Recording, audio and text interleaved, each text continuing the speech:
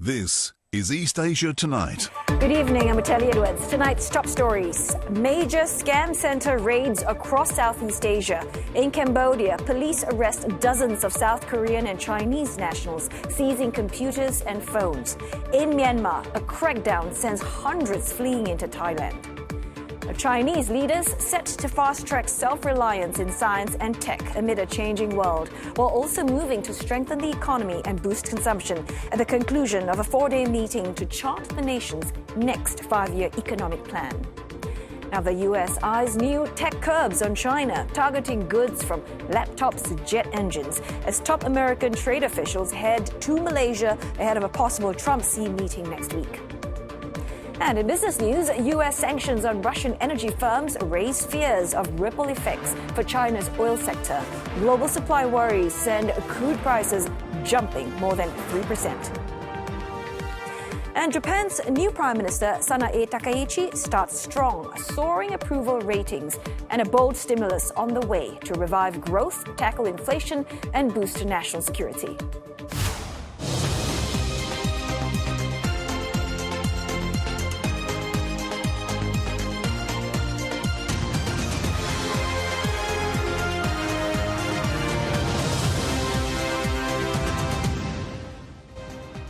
Ahead on the bulletin, the U.S. president set to embark on what will be a closely watched Asia tour this week. With an expected meeting with China's Xi Jinping, we examine what's at stake. Plus, draft dodgers exposed. Taiwan tightens the rules on exemptions after celebrities admit faking records to skip military service.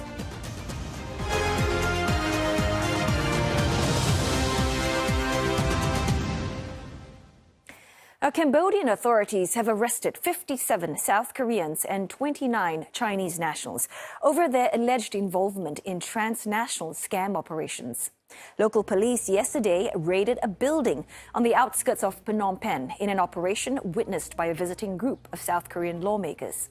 86 people were found carrying out work related to online scams, while more than 120 computers and 30 phones were seized. Cambodia's Anti-Cybercrime Commission said the South Korean nationals detained were there voluntarily and were not being held against their will.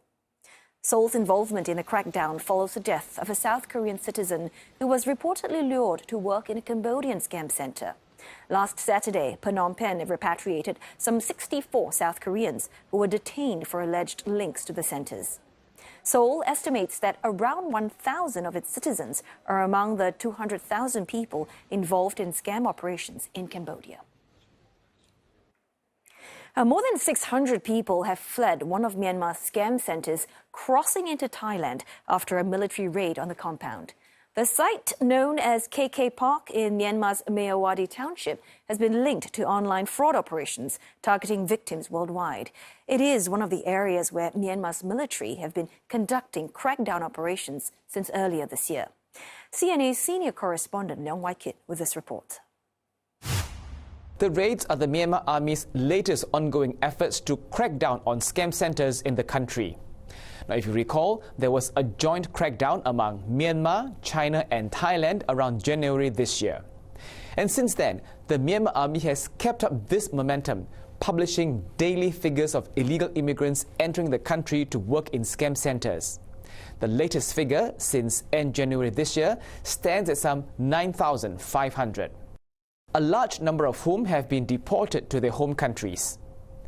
The Myanmar authorities' daily arrests can range from dozens to some 500. Apart from these raids and arrests, the Myanmar military has also asked its chief ministers to step up and do more to tackle the issue. It also holds regular meetings with its neighbours such as Laos and Thailand to discuss ways to crack down on these transnational crimes.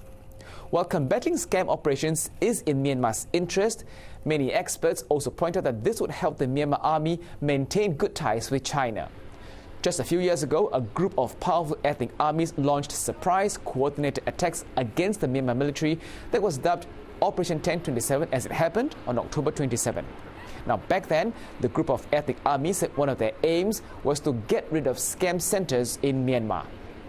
Some experts say that China had been unhappy with how the Myanmar military mishandled scam centers and how Operation 1027 had helped China quash those illegal syndicates. Now, this latest raid by Myanmar comes months ahead of its planned general election, which China has publicly supported. Leong Wai-kit, CNA. Japan's newly elected Prime Minister Sanae Takaichi starting off strong with high approval ratings for her administration amid high hopes for the government's plans to boost the economy.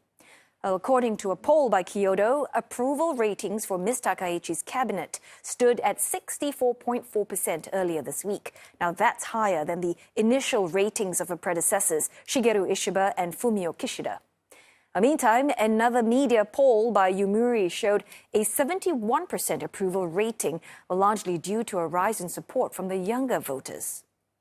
Well, the wave of optimism coming after Ms. Takaichi, who's known to be a fiscal expansionist, announced an economic stimulus that's aimed at easing the burden of inflation on households and companies. The scale of the package is still being finalized, but could be revealed as early as next month.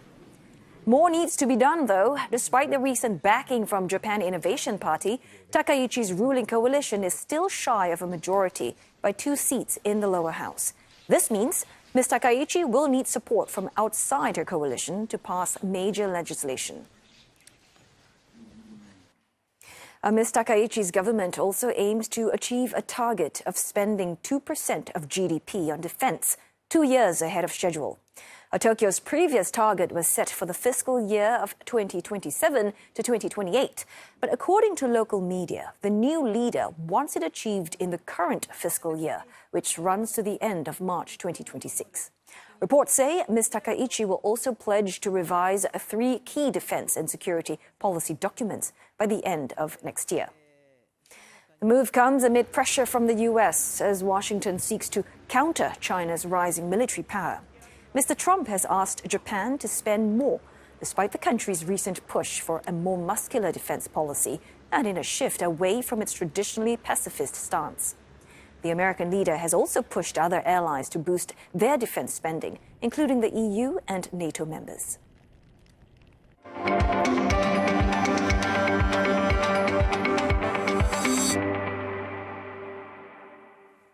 The Trump administration is reportedly planning new restrictions on exports to China, targeting goods that contain or are produced using U.S. software. This comes as America's top trade officials head to Malaysia for talks with China ahead of an expected meeting between Donald Trump and Xi Jinping next week. Reuters and Bloomberg both say that the plan to impose technology curbs on Beijing is being deliberated. Now, they could hit a slew of products, from laptops to jet engines. Treasury Secretary Scott Bessent said that everything is on the table, and if the export controls happen, it would likely be in coordination with other G7 nations, and that includes France, Germany, Japan, and the UK. If the administration moves forward with that plan, it would make good on President Trump's threat earlier this month to impose export controls on, quote, any and all critical software beginning 1st November. The threat was made in retaliation to Beijing's decision to curb rare earth exports, which are key to global technology manufacturing. Well, one sector that could be affected is China's aviation industry, which often uses critical software from the U.S. The South China Morning Post, citing Hong Kong aviation experts, say that it is nearly impossible for the city to find solutions that are not made in America. Well, Chinese authorities out with details from a 4-day-long plenary session as they shape their next 5-year plan.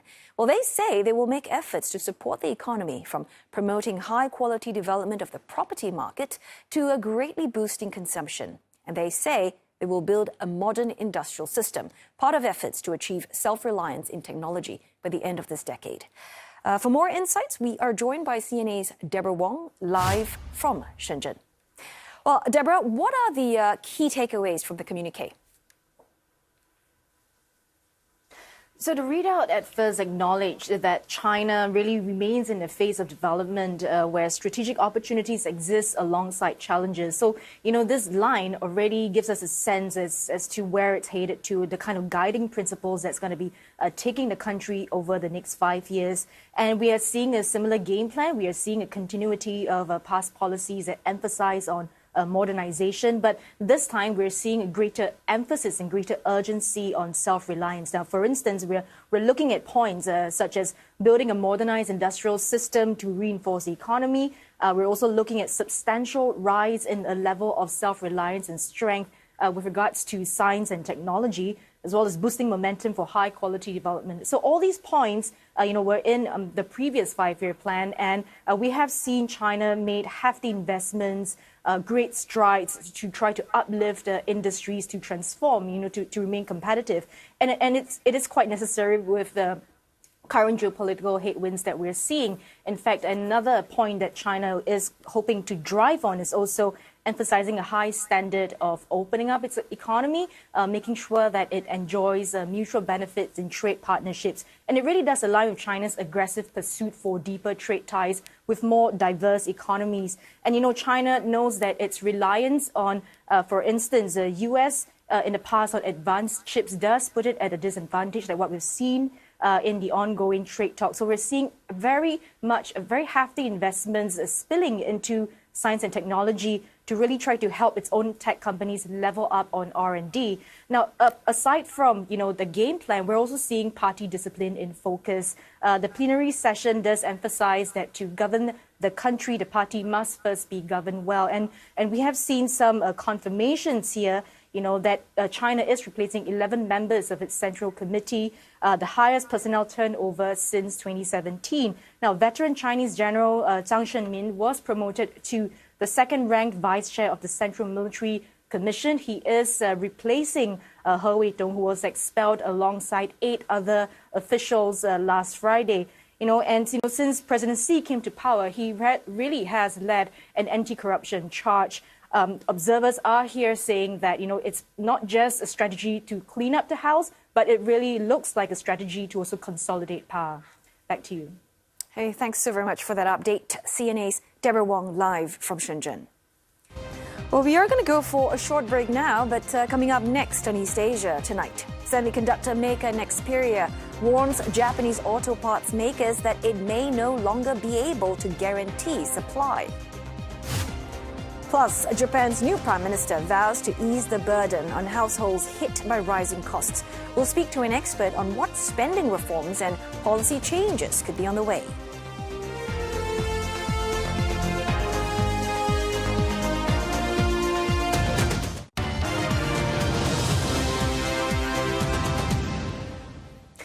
Hello again. You are just in time for the business news with Roland Lim. And Roland, we're talking about Washington. They've just hit Russian oil giants Rosneft and Lukoil with direct sanctions. So in other words, are we seeing supply risks for Chinese and perhaps Indian buyers? Well, yes. I mean, the U.S. is making it harder for Russian oil companies to use U.S. dollar, and the U.S. and EU are targeting Russia's shadow fleet, its unregistered tankers. So expect supply jitters to follow. U.S. sanctions of Russian oil giants Rosneft and Lukoil are sending shockwaves through China's oil industry. The latest raft of sanctions complicate matters for China's refineries, who have to strike a balance between meeting demand and avoiding penalties. China has condemned the sanctions, saying that they have no basis in international law. Russia, of course, China's top crude supplier, accounting for nearly a fifth of imports at around 2 million barrels per day. Now, China's appetite for the heavy sour blend has been increasing, with imports in September up more than 4% from August. Western nations have been tightening the screws on Rosneft and Lukoil. Last Wednesday, the UK imposed sanctions on the 2 Russian oil giants and a privately owned Chinese refiner. And yesterday, the Trump administration announced its own, followed by the European Union today. The bloc has adopted a new package of sanctions targeting Russia's energy infrastructure. Meanwhile, China and India are Russia's two biggest customers, but analysts say New Delhi may be able to adapt to these sanctions more easily than Beijing. Despite Russian crude accounting for more than a third of India's imports, well, analysts point out that India is a relatively new customer to Russian crude, which could allow New Delhi to diversify faster. Crude prices spiked more than 3% following the U.S. sanctions on Russian oil and the EU joining Washington's push. Brent is currently up by 5%, crude 3.3%.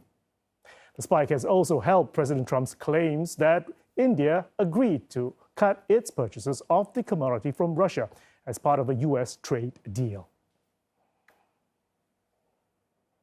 A look now at Chinese equity markets. China and Hong Kong stocks closing slightly higher after Beijing said it would hold tariff talks with Washington, tempering trade fears over reports of potential U.S. curbs on software exports to China.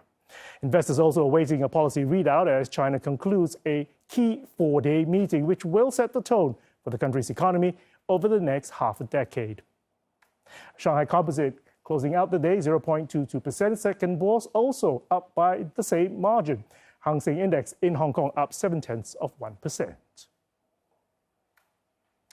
Nexperia's Chinese unit has reported resumed deliveries of chips to domestic distributors. It's the latest development in a widening rift between the Netherlands and China over control of the chip maker. The Chinese unit has also reportedly instructed its distributors to settle payments only in yuan, when it had previously accepted payments in foreign currency such as the US dollar. The move was supposedly made to stabilize supply within China and operate more independently of its Dutch parent. The tussle for Nexperia started on the 30th of September when the Dutch government seized control of the Chinese-owned firm, citing security reasons and under pressure from the US to remove Nexperia's Chinese CEO or risk sanctions. In response, Beijing blocked Nexperia from exporting chips from China and called on the Netherlands to correct its wrongdoing. Japanese suppliers are among a growing number of global auto companies warning of possible serious semiconductor shortages triggered by the Dutch government's takeover of Nexperia. Japan's Automobile Manufacturers Association says Nexperia has notified Japanese automobile components makers that it may not be able to guarantee chip deliveries. Now, that's triggering renewed concern about upheaval at the Dutch chipmaker, snarling global supply chains. The chips produced by the affected manufacturer are critical components used in electronic control units. The association warns this could cause a serious impact on the global production of member companies. European car makers are also already warning of potential disruptions. The benchmark Nikkei 225 hitting record highs close to that milestone 50,000 level when Prime Minister Sanae Takaichi was sworn in. The markets see her as pro-fiscal stimulus and equity-friendly, while monetary policy-wise, well, it's a continuation of Abenomics, easier monetary conditions to support growth. Well, to talk more about Japan's new Prime Minister, Dr. Sayuri Shirai, Professor of Economics at Keio University and a former board member of the Bank of Japan, joins us live. Professor Shirai, good to have you on the show. Tell us, what's your biggest market takeaway from Prime Minister Takaichi's agenda? So over these few years, this LDP, ruling party was a bit more careful about fiscal stimulus package because we have a huge public debt of 230%. So, but Prime Minister Takaichi was always talking about a more expansionary policy. So I think public is expecting that she may do more, stimulus policy. So that's why we see higher stock prices and also yen's depreciation. Because she will be a bit she will be not supporting the Bank of Japan's interest rate hike.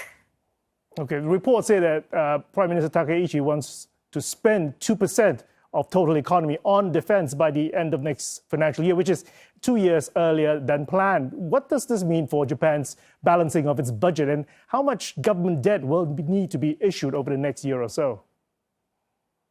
Yes. So right now, Japan's defense spending as a percent of GDP is 1.5%. So she's expecting to do more than 2%. And I don't know what Mr. Trump will say because the US is asking us to increase to 5%. So, but just increasing 1.5 to more than 2% really,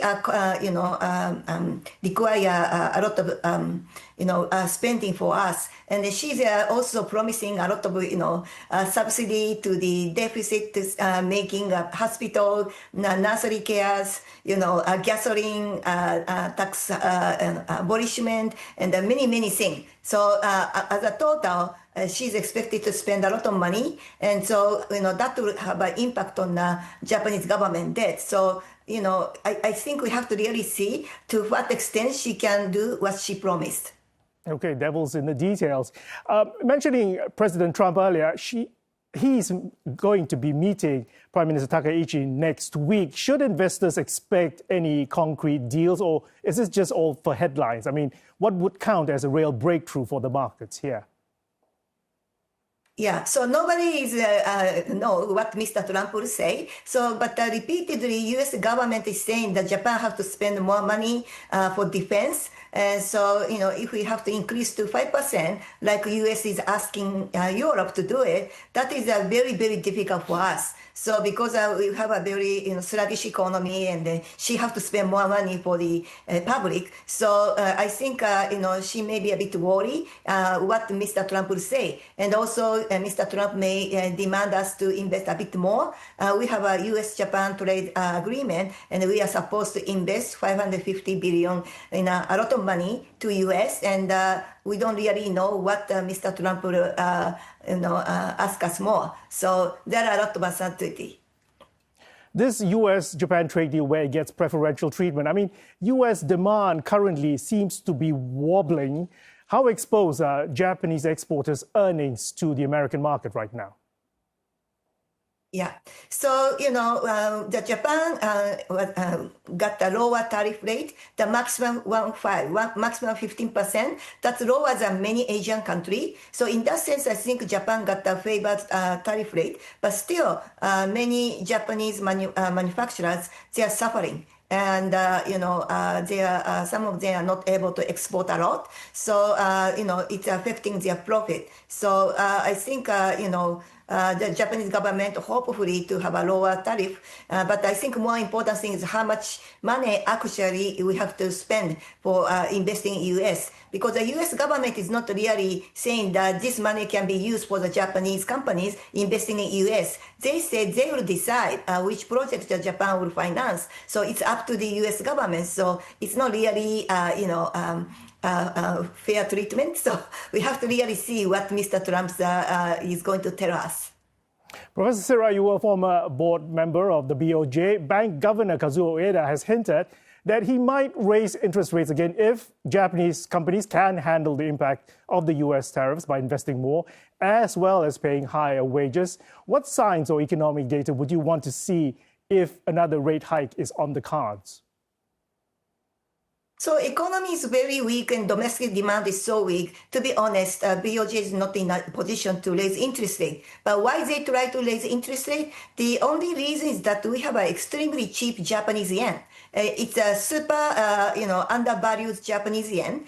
So that's why he tried to raise interest rate to, correct this Japanese undervaluation. But I think Prime Minister Takaichi is a bit more careful about raising interest rate because it might damage domestic economy. So let's see what will happen between Bank of Japan and new Prime Minister Takaichi, how she is react to the Bank of Japan's action. But honestly, Bank of Japan want to raise interest rate if it's possible. Professor Shirai, thank you for that analysis on Japan's economic challenges. That was Sayuri Shirai, Professor of Economics, Keio University. And that'll do it for business. It's back to you, Oteli. Thanks so very much for that, Roland.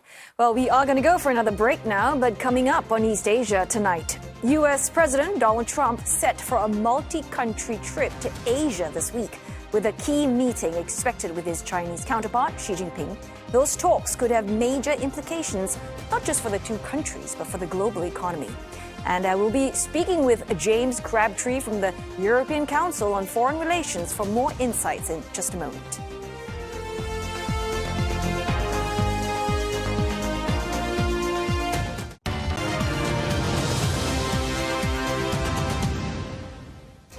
You're watching East Asia Tonight, and here are the headlines we're following.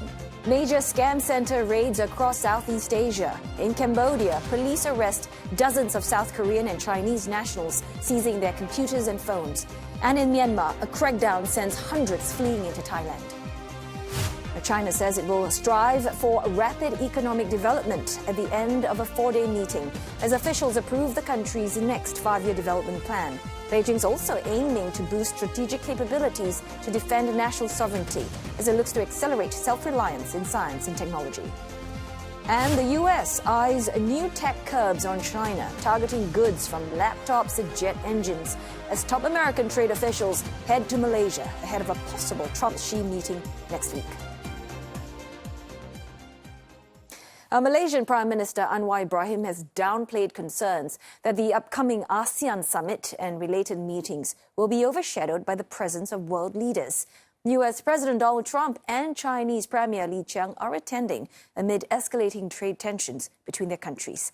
Now, Mr. Anwar made those remarks during a pre-summit briefing for media. CNA's senior correspondent Melissa Goh reports from Putrajaya. It's touted as the biggest and most high-profile ASEAN summit and related meetings to date. More than 100 media representatives attended the hour-long briefing, jointly held by Prime Minister Anwar Ibrahim and Foreign Minister Mohammed Hassan. Now, as the chair of ASEAN, Prime Minister Anwar said he will be at the tarmac to welcome U.S. President Donald Trump upon his arrival on Sunday. Now, several trade agreements are expected to be signed between the United States and ASEAN member countries, including one with Malaysia. Now, Mr. Anwar said President Trump will also witness the signing of a ceasefire agreement aimed at resolving the border conflicts between Thailand and Cambodia.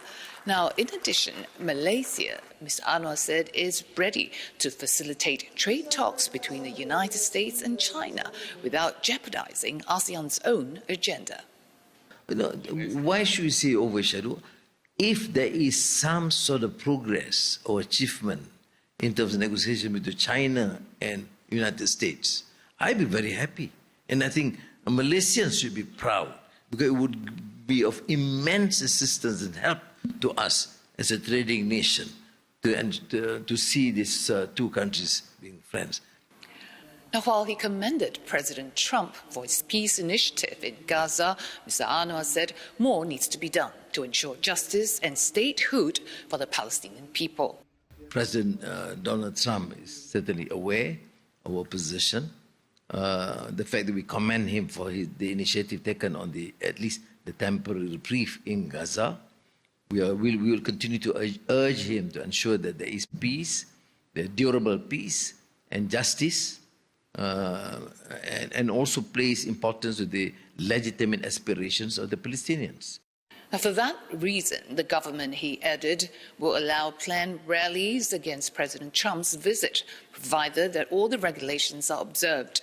Mr. Anwar also said that he looks forward to meeting Japan's newly elected Prime Minister, Sanae Takaichi, to discuss Japan's earlier commitment to assist in the reconstruction of Gaza. Now, the ASEAN Leaders Summit will also see the formal admission of Timor-Leste as the bloc's 11th member. However, efforts are still ongoing to ensure that Myanmar complies with a 5-point consensus and a push for the early conclusion of the Code of Conduct in the South China Sea.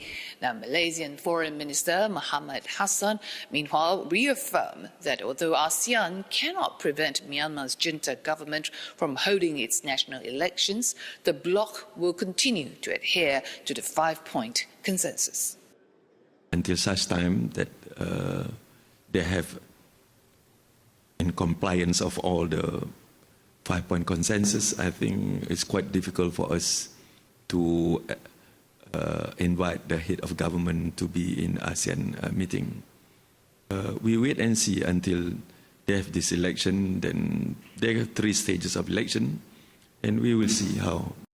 He and his ASEAN counterparts will meet on Friday afternoon to discuss Myanmar-related issues, including whether to send a team to observe the election scheduled for the end of December. Melissa Go, CNA, Putrajaya. U.S. President Donald Trump's tour of Asia putting at stake the fate of global trade. Well, he's touching down in Malaysia's Kuala Lumpur for a day, heading to Japan for 3 before a final stop in South Korea, which may culminate in a meeting with Chinese President Xi Jinping. Now, starting in Malaysia, Washington's negotiating team, Trade Representative Jamieson Greer and Treasury Secretary Scott Bessent are looking to set the scene with Chinese Vice Premier He Lifeng and his delegation. Mr. Bessent is hoping that the multi-day discussions will help the leaders enter talks on a, quote, more positive note.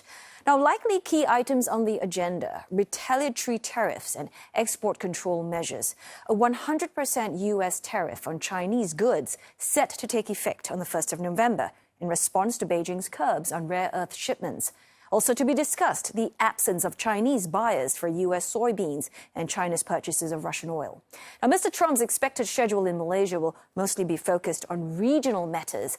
He will be witnessing the signing of a ceasefire agreement between Thailand and Cambodia before attending the ASEAN summit. Security likely on the program over concerns about China's activities in the disputed waters of the South China Sea. Now, trade matters moving to the rear as defense takes the vanguard for Mr. Trump's visit to Japan.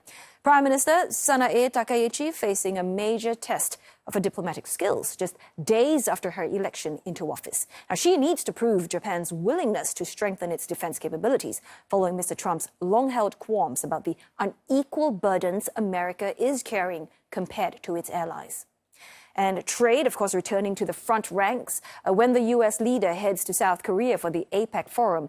Attention will be focused on a possible meeting between U.S. President Donald Trump and Chinese President Xi Jinping, as mentioned. Now, U.S. Treasury Secretary Bessent has labeled the potential talks as a pull aside in what may be seen as an attempt to dampen expectations. Beijing has yet to confirm if Mr. Xi will meet his American counterpart, although it emphasized that it will keep, in quote, close communication. Right, we have said quite a fair bit now.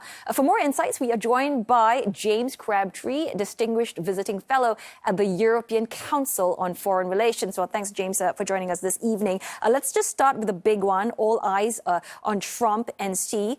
If this Trump-Xi meeting does take place, tell us, what cards does each side bring to the table? I think the odds at the moment are that some kind of meeting will take place. That seems to be the mood music, but it's going to go down to the wire. And the fact that they're having to have this emergency pre-meeting in Malaysia shows you that things are not the way that they should be. And I think expectations for what will come out of it are pretty low. If you remember, in the first term, it took them 2 years before they got what was called the phase 1 trade deal. So I think nobody's expecting a comprehensive deal to come out of this meeting, more a series of confidence-building measures and instructions to move forward with a wider deal. And I mean, how is that confidence going to come through? I mean, we've got just the U.S. announcing these tech threats. You know, we've got China's rare earth pushback. Is it obvious to you, who has the upper hand right now? I think both sides think they have the upper hand, and that's a challenging situation. So what the negotiation experts call escalation dominance, as in, if push comes to shove, who can hurt the other one most? When China introduced its wider rare earths and trade framework controls last week, that was a push for escalation dominance. It was saying to the United States, look, don't push us around because we have tools that we can use. And its trade rules were particularly significant. They had extraterritorial elements, meaning that they were global in nature. And the US is now, in a sense, doing the same. It's saying, well, if you think you can do that, then we have these other measures in our back pocket that we could use. And so I think what we're looking for over the weekend is a climb down from these measures, the calling off of the dogs, as it were, and then a commitment to work towards some kind of deal that is, narrow and economic in nature, similar to the one that happened in the first term. Well, meanwhile, we've got South Korea hosting APEC in the middle of all this sort of geopolitical jostling. With all these bilateral meetings that, we're all focusing on, I mean, APEC's core agenda, which South Korea is trying to push, whether it's AI or aging, do you think that's at risk of being completely sidelined? Yes, I mean, of course, these meetings are entirely secondary to the business of bilateral diplomacy and the kind of core priorities. That's true with ASEAN, where really Trump is going because he wants to stand next to Cambodia and Thailand and be seen to be a peacemaker. And it's true for South Korea in the sense that APEC is really the main focus of APEC is the bilateral meetings, particularly the US-China one that will happen on the sidelines. So yes, I mean, I think that's just the normal order of these things. And in a sense, for South Korea, so long as Trump's arrival doesn't create a whole range of issues, which means that the wider meeting is seen to be a failure, then that will be fine. They'll move ahead with the stated agenda of the APEC meeting and just hope that the mood music around the US-China meeting is good as well. Right. Another bilateral meeting that we're looking out for is Trump meeting South Korea's Lee Jae-myung. What will you be watching out for in that encounter? Well, so the South Korean president had a reasonably positive trip to Washington not too long ago.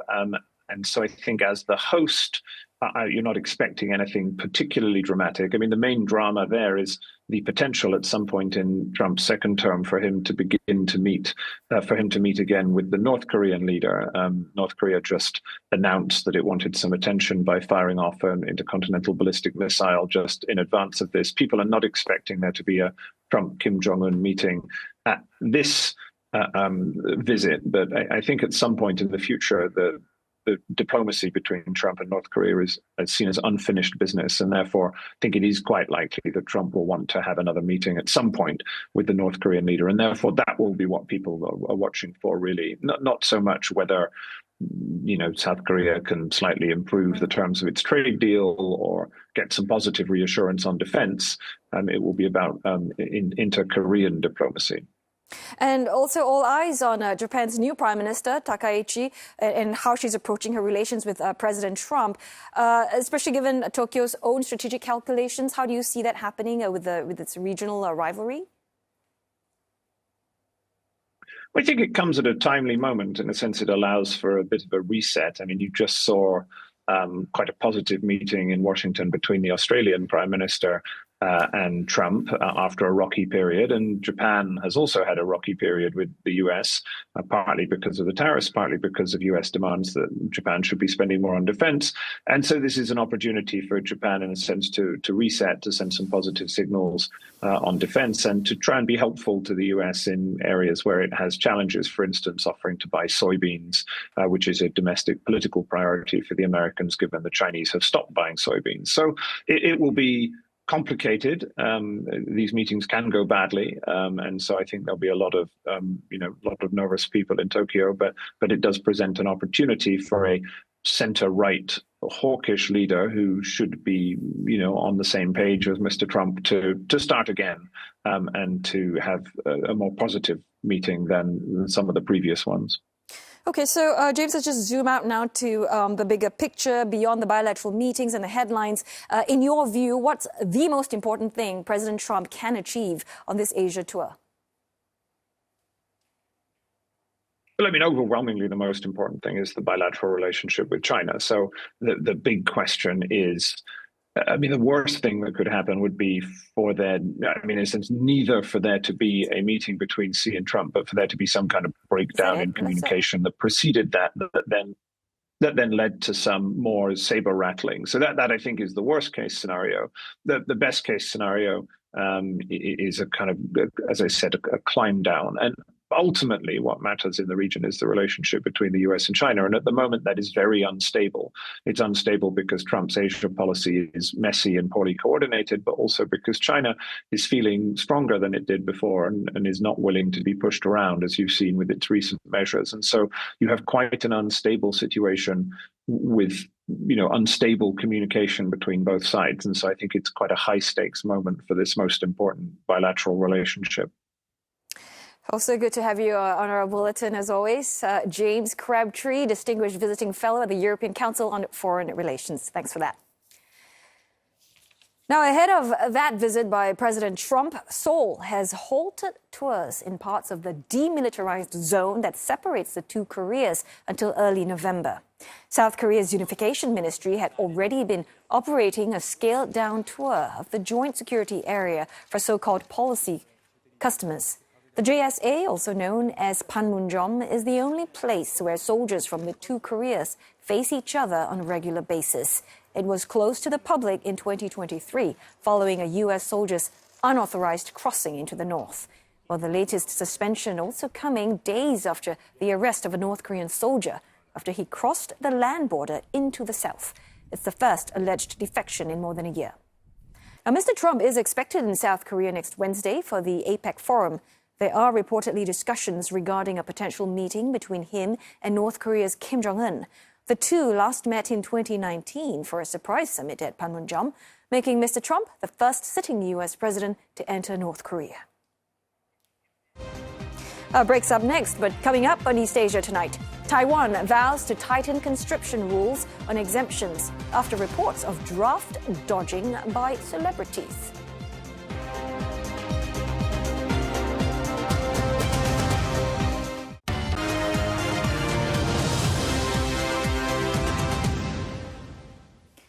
The Hong Kong government has officially, in its words, kicked off the election for its Legislative Council, or what is locally referred to as the LegCo. Hong Kong Chief Executive John Lee presided at the ceremony, which took place as the current 7th LegCo concluded their final meeting. They were the first batch of lawmakers to hold office after Beijing changed the electoral system to ensure only those considered patriots could serve. Nominations will open tomorrow for candidates for the next LegCo. So far, more than 20 of the current LegCo members have declared they will not run again. Nearly half of them are 70 years or older. While there has been no announcement of an age limit, there has been widespread speculation that an age cap has been imposed. Nominations close in 2 weeks on November 6. Polling will take place a month later on December 7th. Taiwan is tightening rules on fitness exemptions for military service after several celebrities confessed to falsifying medical records to avoid conscription. Interior Ministry officials say they will be raising the body mass index, or BMI, upper limit, narrowing exemptions to only those with serious organ diseases. CNA senior correspondent Victoria Jen explains why we're seeing these tighter rules and its implications for Taiwan's defense. The Ministry of Interior says it's tightening the rules. From now on, draft boards won't just rely on physical exams. They will also cross-check medical histories and BMI data using the National Health Insurance Database. Officials found that 16% of men of conscription age were exempted last year, which they believe is unrealistically high and may include falsified records. Now, under the new system, only those with a BMI above 45 or below 15 will qualify for exemption based on weight. That means someone about 1.72 meters tall would have to weigh over 133 kilos. People claiming hypertension or mental illness will need hospital verification. Officials say this is not just about catching celebrities. It's about restoring public trust and fairness in the draft system and ensuring Taiwan has enough capable manpower for national defense. This has become more than just a celebrity scandal. It's actually a wake-up call. The government is emphasizing fairness and credibility at a time when military readiness is more important than ever, as Taiwan rebuilds its one-year mandatory service and faces rising security threats from China. Japan's iconic peak, Mount Fuji, finally donning its first snowcap of the season, arriving 21 days later than usual after a record hot summer. Temperatures near the summit plunged to negative 6.4 degrees Celsius as clouds and cold air formed above the mountain, painting it in white. Despite the late arrival, this year's dusting is still 2 weeks earlier than last year's, when Mount Fuji's first snowcap did not appear until early November. That's the latest on record in 130 years of observation. Climate experts say the delay is caused by Japan's unusually warm temperatures. Our time now for some headlines from media outlets in East Asia. Yonhap says that South Korea is set to start talks with the U.S. to revise their nuclear energy pact. Foreign Minister Cho Hyun says that they want more flexibility to produce their own nuclear fuel for civilian energy use.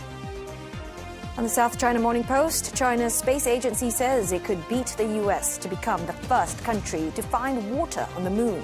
The Chang'e 7 mission is scheduled for launch next August and will dive into deep lunar craters to test for water. Nikkei Asia report says Japan's cram schools are looking to Chinese students as a new customer base. At least one cram school chain is putting up signs in Chinese to welcome prospective new students. The number of Chinese residents in Japan who are under 15 have gone up 70% over the past 10 years. And for more news and updates from East Asia, do log on to cna.asia or on our mobile app. Multiple gaps were found in how various agencies in Singapore had handled the case of 4-year-old Megan Kung, who died in February 2020 from child abuse. Well, that's a conclusion by a review panel tasked by the Social and Family Development Ministry to look into their actions, protocols and processes. Following the review, 2 police officers were disciplined for not following protocols. A child protection officer from the ministry is also going through a disciplinary investigation. Among the gaps, the panel found that an incident report filed by a social service agency on the injuries found on Megan lacked both detail and urgency. It also discovered that an officer from the MSF Child Protective Service failed to log or review calls made during, or rather regarding the case, despite existing protocols. Separately, police officers tasked to look into a missing child report filed by Megan's grandmother did not follow proper procedures and delayed intervention. The panel has since proposed sector-wide improvements, which have been accepted by MSF. As the lead for the national child protection ecosystem, I would like to say that we are sorry for the outcome and acknowledge that more could have been done when we handled the case. We cannot eradicate every risk of a child loss, but our resolve is absolute. We will do everything possible to prevent the recurrence of such tragedies. We will make sure that every link in our child protection ecosystem, every professional and agency does its very best and more to protect our vulnerable children. And that wraps up this Thursday's edition of East Asia Tonight. Don't forget your headlines anytime at cna.asia. Thanks for watching.